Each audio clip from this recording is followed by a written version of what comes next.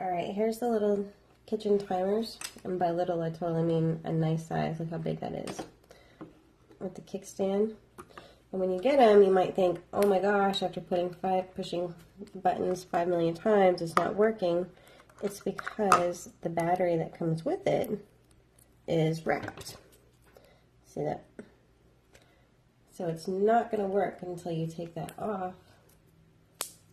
And I'm trying to...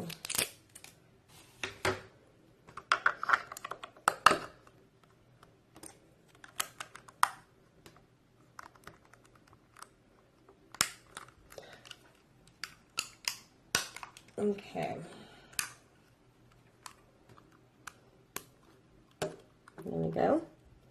Minutes, seconds, start and stop.